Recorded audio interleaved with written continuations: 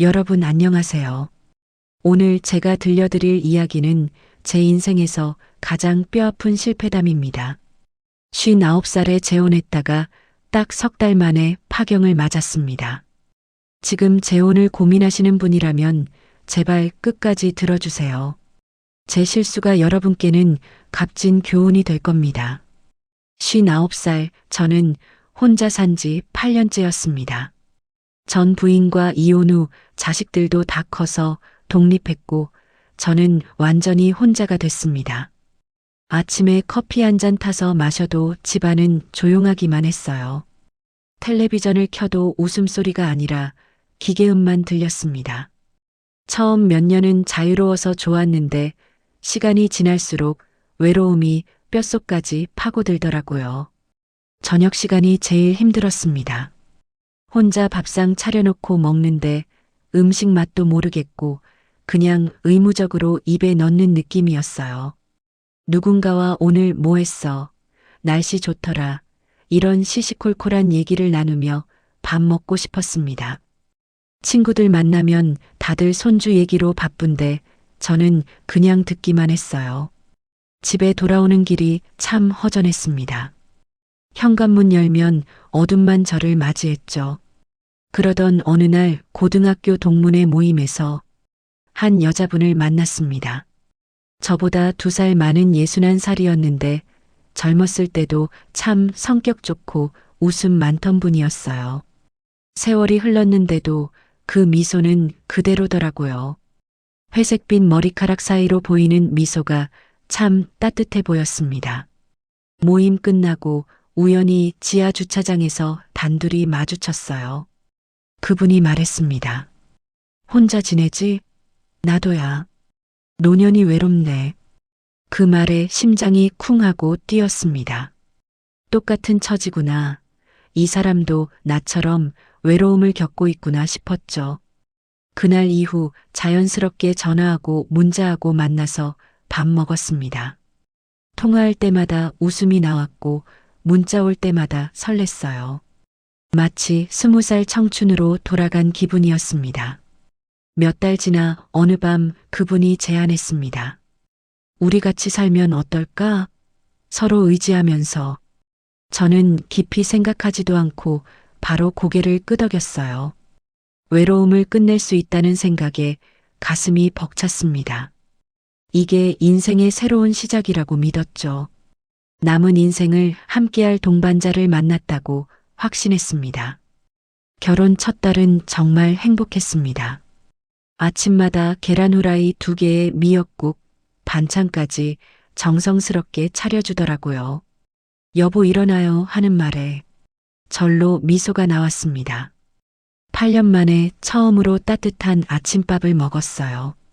장도 같이 보러 가고 손잡고 동네 공원도 산책했습니다.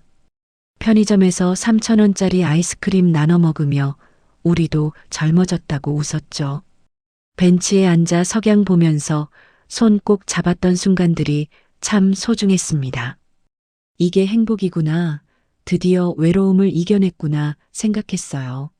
하지만 행복은 너무 짧았습니다. 2달 때부터 관계에 금이 가기 시작했어요. 처음엔 정말 작은 것들이었습니다. 설거지하는 방식, 빨래 개는 순서, 리모컨 놓는 위치까지 다 달랐어요. 저는 웃어넘겼습니다. 이 정도는 맞춰갈 수 있다고 생각했으니까요. 하지만 작은 불씨가 점점 커졌습니다. 가장 먼저 터진 건 돈 문제였습니다. 8년 동안 혼자 살면서 아껴온 생활비 패턴이 완전히 깨졌어요. 평소 안 쓰던 카드값이 갑자기 확 늘어났습니다. 명세서 보니까 백화점, 화장품, 옷, 모임 회비가 줄줄이 찍혀 있더라고요. 처음엔 그러려니 했어요. 여자분이니까 꾸미고 싶으시겠지. 친구들도 만나야지. 근데 한 달, 2달 지나면서 금액이 점점 늘었습니다. 제가 물었어요. 이거 좀 과한 거 아니야? 우리 계획적으로 써야지. 그러자 그분이 웃으며 말했습니다. 이제 여편네 생겼는데 구두 하나 못 사줘? 장난처럼 들렸지만 표정은 진지했어요. 그 눈빛에서 느꼈습니다. 나의 돈과 우리 돈에 대한 기준이 완전히 다르다는 걸요. 저는 남은 노년을 안정적으로 보내려고 아끼자는 거였고, 그분은 인생 뭐 있어 쓰고 보자는 시기였습니다. 여기가 정말 중요한 포인트예요. 단순히 지출 액수가 문제가 아니었어요. 노년 자산 관리와 미래에 대한 가치관 자체가 충돌했던 겁니다. 저는 연금이랑 저축으로 남은 20년, 30년을 계산하며 살았습니다. 병원비, 간병비, 만약의 사태 대비 비상금까지 다 머릿속에 그려놓고 있었어요. 근데 그분은 지금 이 순간 즐기는 게 중요하다고 했습니다. 어차피 언제 죽을지도 모르는데 아끼기만 하면 뭐 하냐는 논리였죠. 이 틈은 메워지지 않았습니다. 오히려 서로를 계산적인 사람, 쪼잔한 사람으로 비난하는 빌미만 됐어요. 재혼 생각하시는 분들 반드시 명심하세요. 사랑은 감정으로 시작하지만 노년 삶은 철저히 현실과 경제력으로 유지됩니다. 각자 자산, 연금, 앞으로 지출 계획 이런 거 혼인신고 전에 투명하게 문서로 합의하지 않으면 이 갈등은 폭탄처럼 터질 수밖에 없어요. 저는 이 과정을 건너뛰었습니다. 사랑이면 다 될 줄 알았어요. 하지만 현실은 달랐습니다. 돈 문제로 다투면서 서로 보는 눈빛이 달라졌어요. 사랑스럽던 미소가 어느새 불만스러운 표정으로 바뀌었습니다. 금전 문제가 불꽃이었다면 생활 습관 차이는 연기처럼 저희를 질식시켰어요. 가장 견디기 힘들었던 건 잠자리였습니다. 저는 텔레비전 끄고 11시면 자는 스타일인데 그분은 밤새 드라마 몰아보기 좋아했어요. 불 꺼지면 답답하다며 새벽 2시까지 불 켜놓고 제가 피곤하다 하면 나이 들어 잠이 없어서 그래 맞춰줘 하더라고요. 맞춰줘.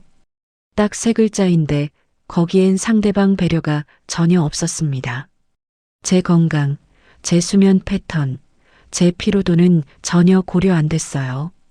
혼자 살 땐 제 마음대로 텔레비전 켜고 끄고 밥 먹고 자고 모든 게 제 리듬대로 흘러갔는데 같이 살기 시작하면서 작은 소음, 작은 빛 하나까지 제 휴식을 방해했습니다.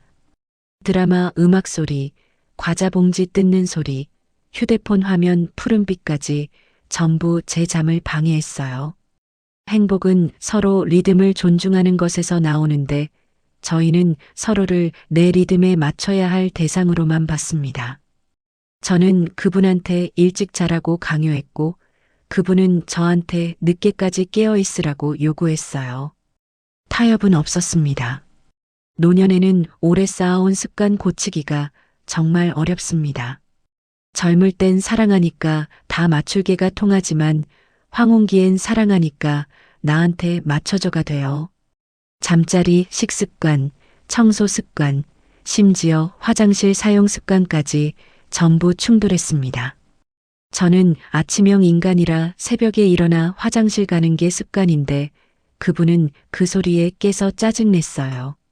그분은 식사 후 바로 설거지 안 하고 쌓아두는 스타일인데 저는 그게 너무 답답했습니다. 이런 작은 것들이 쌓이고 쌓여서 큰 스트레스가 됐어요. 결혼 전에 서로 독립된 공간이랑 시간에 대해 충분히 논의했어야 했습니다. 갈등은 작은 틈에서 시작됐고 금방 벌어졌어요. 그리고 결정적인 사건이 셋째 달에 터졌습니다. 그날은 주말이었는데 둘이 저녁 먹으러 외식하자는 얘기가 나왔어요. 제가 말했습니다. 요즘 지출 많아서 이번 주는 좀 아끼자.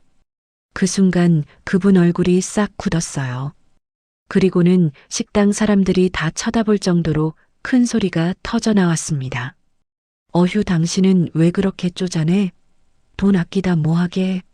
당신 죽으면 그 돈 자식들이 다 쓸 텐데. 그 말이 비수가 되어 꽂혔어요. 제 자식들 문제까지 끌어들이는 폭언이었습니다. 저는 참으며 말했어요. 아끼자는 게 아니라 남은 세월 계획적으로 쓰자는 거지. 그러자 그분이 소리 높였습니다. 그래서 남편으로 삼은 거야. 계획대로 알뜰하게. 나 데리고 살 자신 없으면 그냥 혼자 살아. 그날 저는 말없이 자리에서 일어났습니다. 집에 돌아오는 길 발걸음이 유난히 무겁더라고요. 단순한 돈 문제가 아니라는 걸 깨달았어요. 상대방은 저를 자기를 풍족하게 데리고 살아야 할 경제적 수단으로 여겼던 겁니다. 존중은 없고 오직 나의 만족만 있었어요. 저는 동반자가 아니라 지갑으로 취급당하고 있었습니다.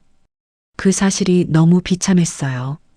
8년간 외로움 달래려다 더 큰 상처를 받게 된 겁니다. 며칠 뒤 또 문제가 터졌습니다. 그분이 친구들이랑 여행 가겠다며 100만 원을 요구했어요.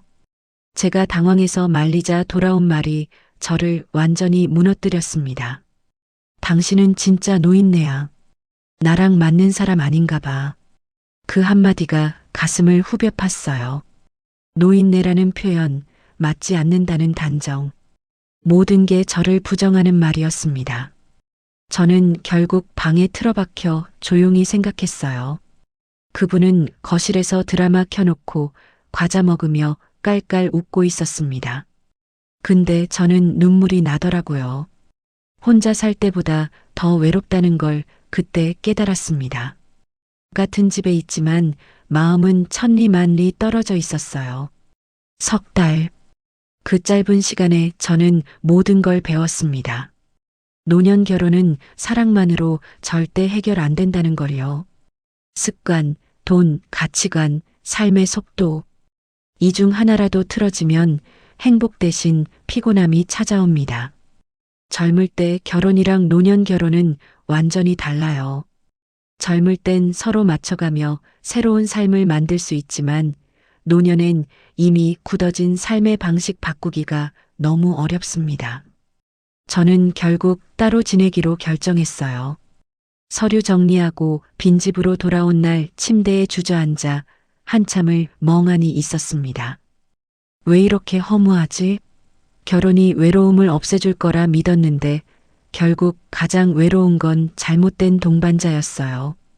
그 공간에 더 이상 누군가의 웃음소리는 없었지만 적어도 저를 짓누르던 스트레스랑 폭언은 사라졌습니다. 지금 재혼 고민하시는 분들 계십니까?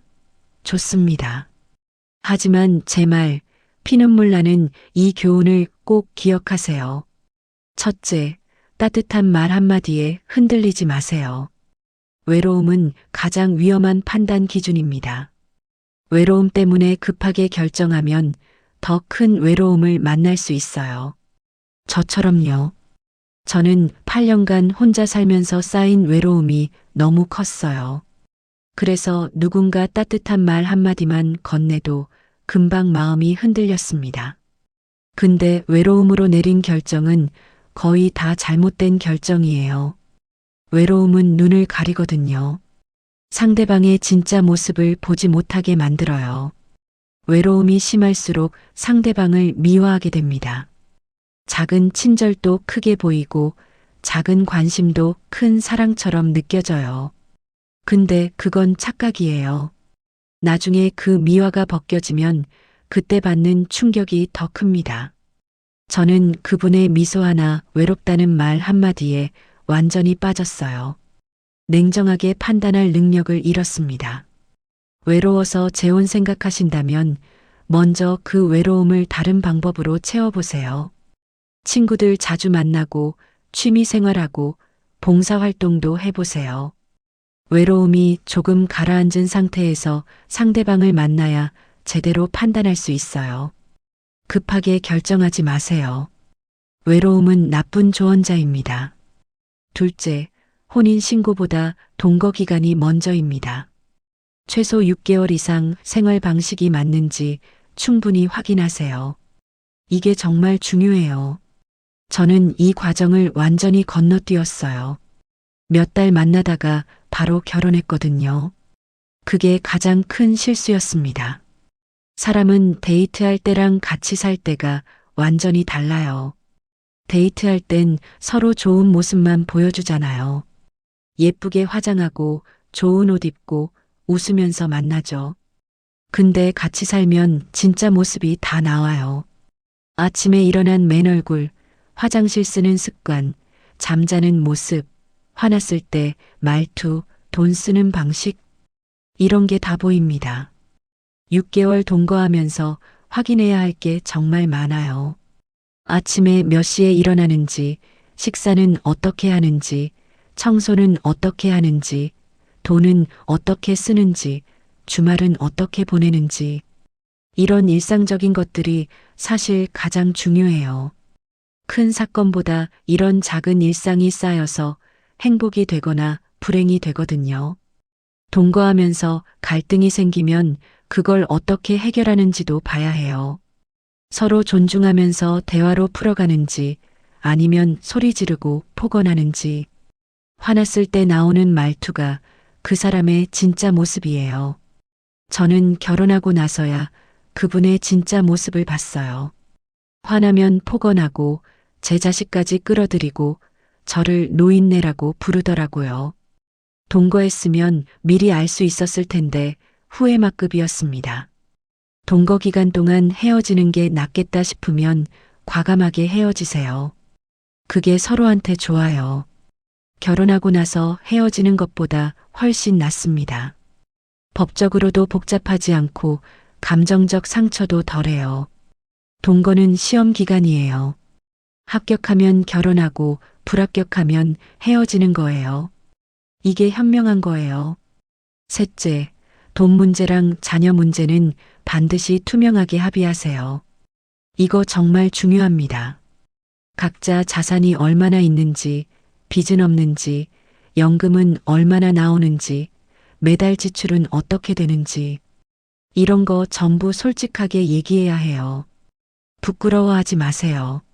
노년 결혼에서 돈은 사랑만큼 중요합니다. 아니, 어쩌면 더 중요할 수도 있어요. 각자 통장은 어떻게 할 건지, 생활비는 어떻게 낼 건지, 큰 지출은 어떻게 결정할 건지, 이런 거 구체적으로 정해야 해요. 가능하면 문서로 남기세요. 말로만 하면 나중에 기억이 다르다고 싸울 수 있어요. 저는 이런 거 하나도 안 했어요. 사랑하는데 돈 얘기하는 게 좀 그렇더라고요. 근데 그게 화근이었습니다. 결혼하고 나니까 돈 쓰는 방식이 완전히 달랐어요. 저는 아끼는 스타일인데 그분은 쓰는 스타일이었어요. 저는 남은 20년, 30년 계획 세워서 쓰자는데 그분은 오늘 즐기자는 거예요. 이게 맞을 수가 없어요. 결국 이 문제로 매일 싸웠습니다. 상속 계획도 미리 얘기해야 해요. 본인 재산을 자식한테 물려줄 건지 배우자한테 줄 건지 이거 명확히 안 해놓으면 나중에 자식들이랑 배우자랑 싸워요. 유언장도 미리 써놓는 게 좋아요. 저는 이것까지는 생각 못 했는데 주변에서 이 문제로 싸우는 거 많이 봤어요. 자녀 문제도 중요해요. 서로 자식들이 재혼을 찬성하는지 확인하세요. 자식들이 반대하면 정말 힘들어요. 명절이나 가족 행사 때마다 눈치 보이고 스트레스 받거든요. 가능하면 자식들 만나서 인사도 시키고 이해를 구하세요. 자식들 축복 속에서 재혼하는 게 제일 좋아요. 넷째, 갈등 생겼을 때 상대방이 어떤 언어를 쓰는지 보세요. 존중을 잃는 사람은 동반자가 될 수 없습니다. 이거 명심하세요.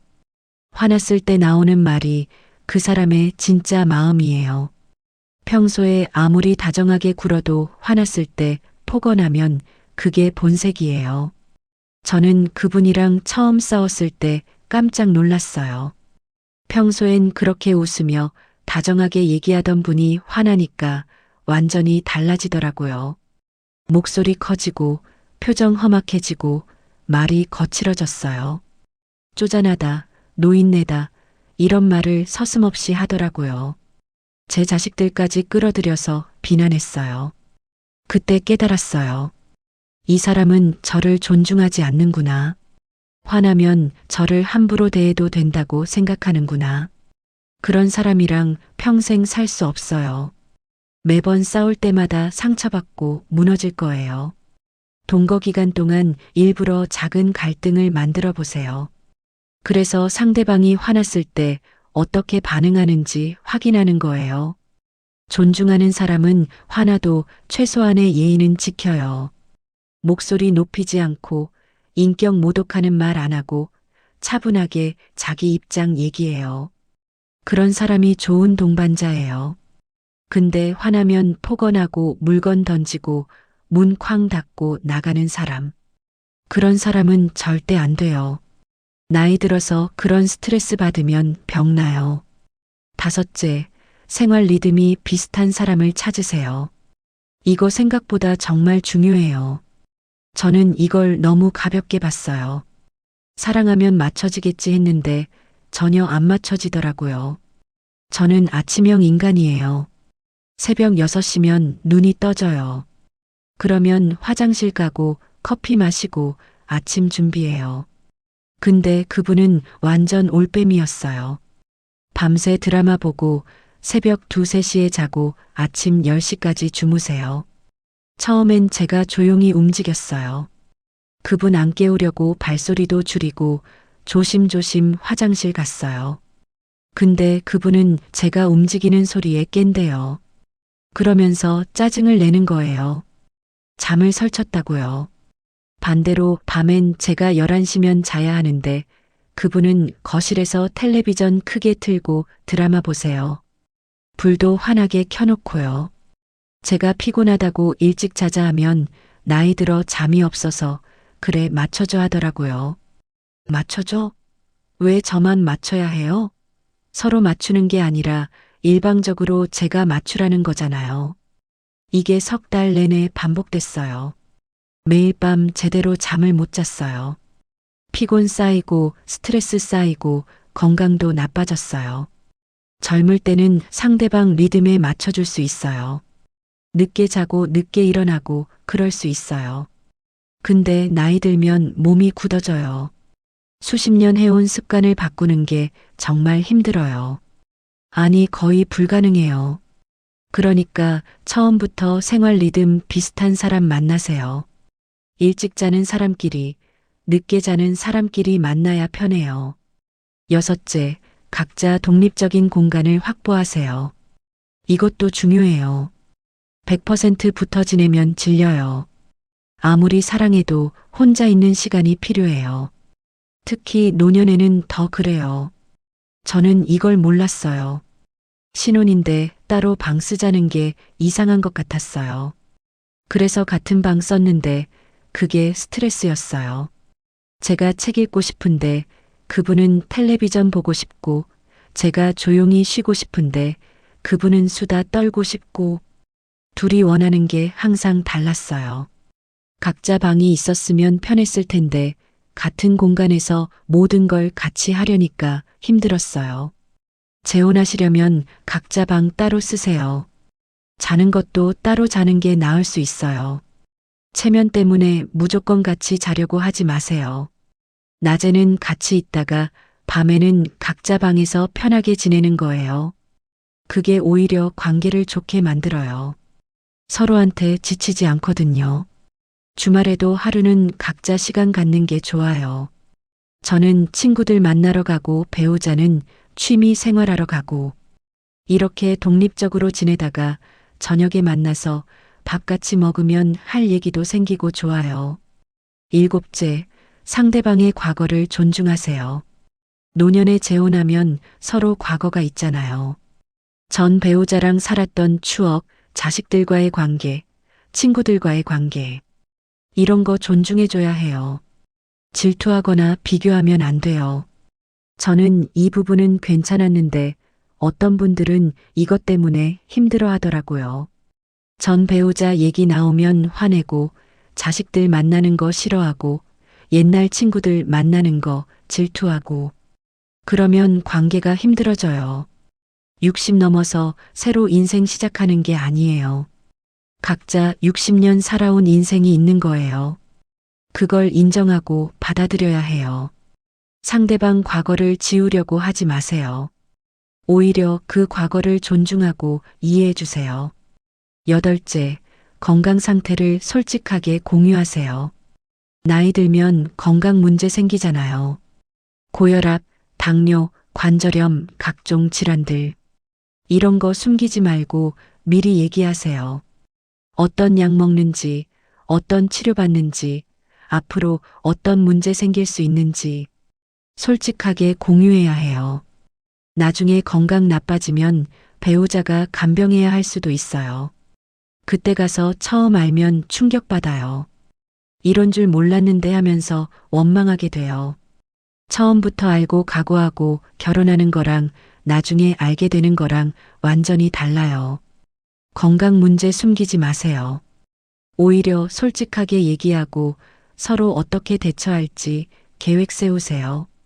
만약 중병에 걸리면 어떻게 할지, 간병은 누가 할지, 병원비는 어떻게 낼지, 이런 것까지 미리 얘기해 두면 나중에 당황하지 않아요.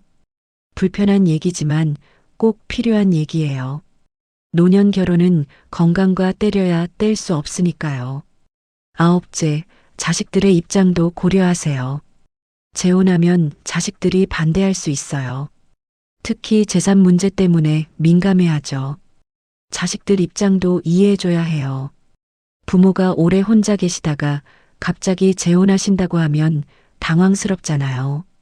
새 배우자한테 재산 다 넘어가는 거 아닌가 걱정되고요. 자식들 만나서 충분히 설명하세요. 재산은 어떻게 할 건지, 유언장은 어떻게 쓸 건지 명확하게 얘기해주면 자식들도 안심해요. 자식들 몰래 재혼하거나 강행하면 나중에 관계가 틀어져요. 명절 때마다 눈치 보이고 힘들어요. 가능하면 자식들 이해와 축복받고 재혼하세요. 그래야 마음 편하게 살 수 있어요. 열 번째, 현실적인 기대를 가지세요. 재혼이 모든 문제를 해결해 주지 않아요. 외로움이 완전히 사라지는 것도 아니고 인생이 극적으로 변하는 것도 아니에요. 그냥 동반자가 생기는 거예요. 같이 밥 먹고 같이 산책하고 같이 텔레비전 보는 사람. 그 이상도 이하도 아니에요. 저는 재혼하면 외로움이 싹 사라질 줄 알았어요. 행복이 찾아올 줄 알았어요. 근데 현실은 달랐어요. 외로움은 여전했고 오히려 새로운 스트레스가 생겼어요. 기대가 너무 컸던 거죠. 재혼에 대한 환상을 버리세요. 완벽한 동반자는 없어요. 모든 게 맞는 사람도 없어요. 현실적으로 생각하세요. 어느 정도 맞고 어느 정도 타협하며 사는 거예요. 100% 행복은 불가능해요. 60% 행복하면 성공한 거예요. 그 정도만 기대하세요. 너무 많은 걸 바라면 실망만 커져요. 저는 100%를 바랐다가 제로가 됐어요. 현실적인 기대가 중요합니다. 마지막으로 제일 중요한 얘기를 하겠습니다. 혼자 사는 것도 나쁘지 않다는 거예요.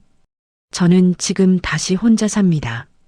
석 달간의 결혼 생활 끝내고 다시 빈집으로 돌아왔어요. 처음엔 정말 허무했어요. 뭐하러 결혼했나 싶었죠. 시간 낭비, 돈 낭비, 감정 낭비한 것 같았어요.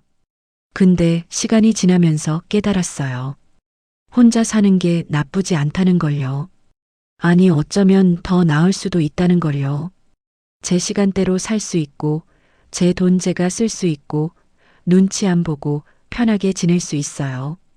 누구한테 맞출 필요도 없고 누구 눈치 볼 필요도 없어요. 외롭긴 해요. 여전히 밥 혼자 먹고 텔레비전 혼자 보고 잠도 혼자 자요. 근데 잘못된 사람이랑 같이 있을 때보다는 훨씬 낫더라고요. 잘못된 동반자랑 있으면 더 외로워요. 옆에 사람이 있는데도 마음은 더 허전하고 외로워요. 그것보다는 진짜 혼자가 나아요. 물론 좋은 사람 만나서 재혼하면 더 좋겠죠. 근데 그런 사람 만나기가 쉽지 않아요. 외로움 때문에 급하게 잘못된 사람이랑 결혼하는 것보다는 혼자 사는 게 100배 낫습니다. 진짜 좋은 사람 만날 때까지 기다리세요. 그런 사람 못 만나면 그냥 혼자 사세요. 혼자 사는 것도 충분히 괜찮아요. 저는 지금 재혼 생각 없어요. 한 번 되었으니까 조심스러워요. 혹시 좋은 분 만나면 그때 가서 생각해 볼게요. 근데 급하게 결정하지는 않을 거예요. 최소 1년은 만나보고 6개월은 동거해보고 모든 걸 확인하고 또 확인한 다음에 결정할 거예요. 다시는 석 달 만에 파격 맞는 일 없을 거예요. 여러분도 재혼 생각하신다면 제발 신중하게 하세요. 외로움 때문에 급하게 결정하지 마세요. 충분히 시간 갖고 상대방 확인하세요. 돈 문제, 생활 습관, 가치관, 건강 상태, 자식 문제. 모든 걸 투명하게 얘기하고 합의하세요. 동거 기간 충분히 갖고 진짜 맞는 사람인지 확인하세요. 그래도 불안하면 재혼 안 하셔도 돼요. 혼자 사는 게 더 편할 수도 있어요. 친구들 자주 만나고 취미 생활하고 봉사 활동하면서 외로움 달래세요. 그게 더 건강하고 안전한 방법일 수도 있어요. 잘못된 재혼은 독약이에요. 외로움보다 더 무서운 게 잘못된 동반자예요. 제 이야기가 여러분께 도움이 됐으면 좋겠어요. 저는 실패했지만 여러분은 성공하셨으면 좋겠어요. 정말 좋은 분 만나서 행복한 노년 보내시길 바랍니다. 여러분의 노년이 행복하시길 진심으로 바랍니다. 긴 영상 끝까지 봐주셔서 감사합니다. 여러분의 생각이나 경험담 댓글로 남겨주세요. 함께 이야기 나누면 좋겠습니다.